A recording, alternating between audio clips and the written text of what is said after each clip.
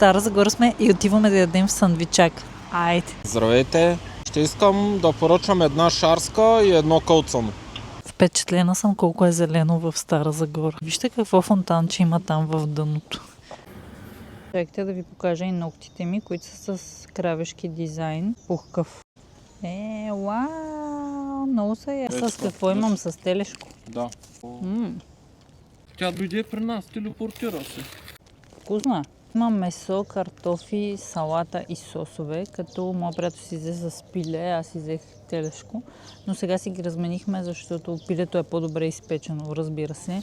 Телешкото не бяхме уточнили и е малко по-сурово розово, аз не обичам такова. Пък пилешкото е малко сухо, но генерално са доста богати сандвичи и може да си се наядеш добре с тях. Тоест пилешкото повече ми харесва и му давам 9 от 10. И тук са напълни с котки. Една. 10 от 10. Ето е и друга.